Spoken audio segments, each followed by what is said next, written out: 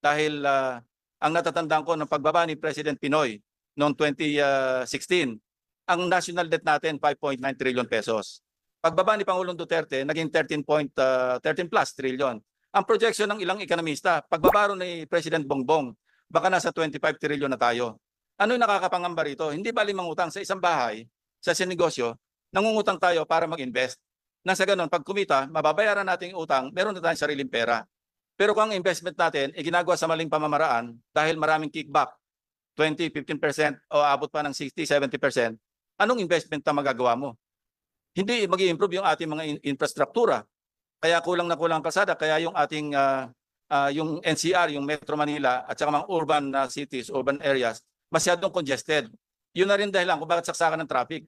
Kasi kung i-disperse natin yung development sa mga malalayong lugar, magdi-disperse din yung mga tao. Hindi sila magpo-focus pumunta rito, hindi magma-migrate.